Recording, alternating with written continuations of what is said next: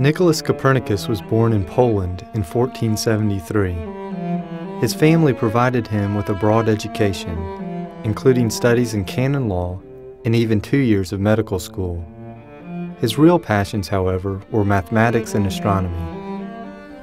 In Copernicus's day, there was unanimous agreement about how the cosmos functioned.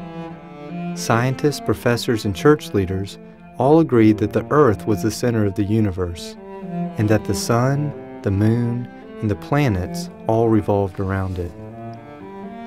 When Copernicus was 57, after decades of studying the movements of the heavens, he wrote a paper proposing a radical hypothesis.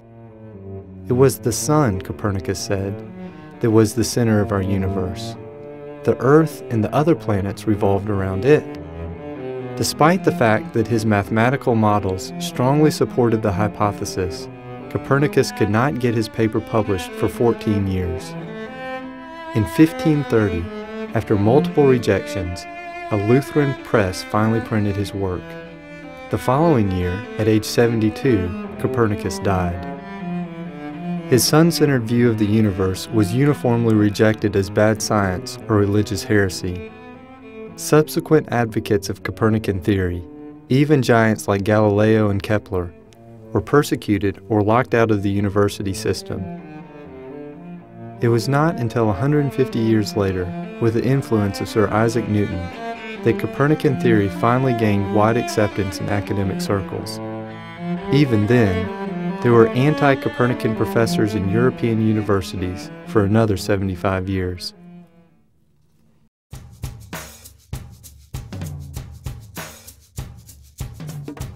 We ask a large number of Christian medical and dental students this question: where do you want to be in 10 years? The answers weren't surprising. Everyone hoped to be successfully through medical or dental school. Many hoped to be free from educational debt. Many wanted to have secured a good residency training program and a good practice opportunity after that training. Most who weren't married hoped they would be. Most wanted children. Many hoped to be more involved in church and community activities. Some spoke of short-term medical missions. Then we asked these same Christian students a second question: whose agenda are you pursuing, your own or God's? For many of them, it was a question that they had not previously considered. For others, it didn't seem fair.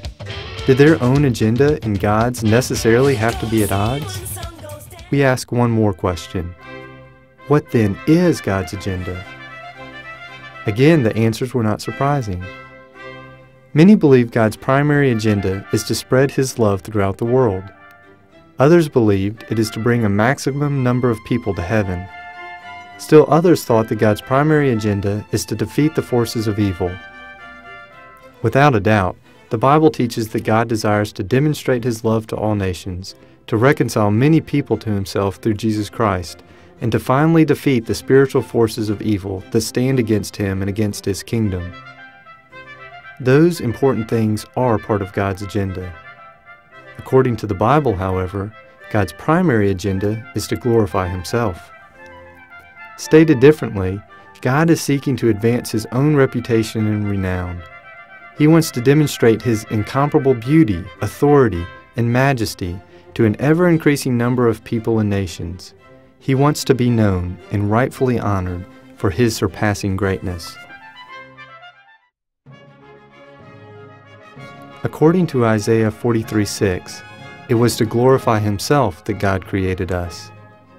According to Jeremiah 13:11, it was to glorify Himself that God chose Abraham and the subsequent nation of Israel. According to Exodus 14:4, it was to glorify Himself that God rescued the Israelites from bondage in Egypt. According to Ezekiel 36:22 and 23, it was to glorify Himself that God brought Israel back from their exile to rebuild Jerusalem and the temple. According to John 7:18, it was to glorify Himself that God sent Jesus into the world. According to John 12:27, it was to glorify God that Jesus died and was raised again. According to Ephesians 1:4, It is to glorify Himself that God reconciles men and women to Himself through Jesus Christ. God is seeking to glorify Himself. Everything He does serves that overarching purpose. Perhaps this makes you uncomfortable. Rather than emphasizing God's zeal for His own glory, it seems more natural to focus on His sacrificial love.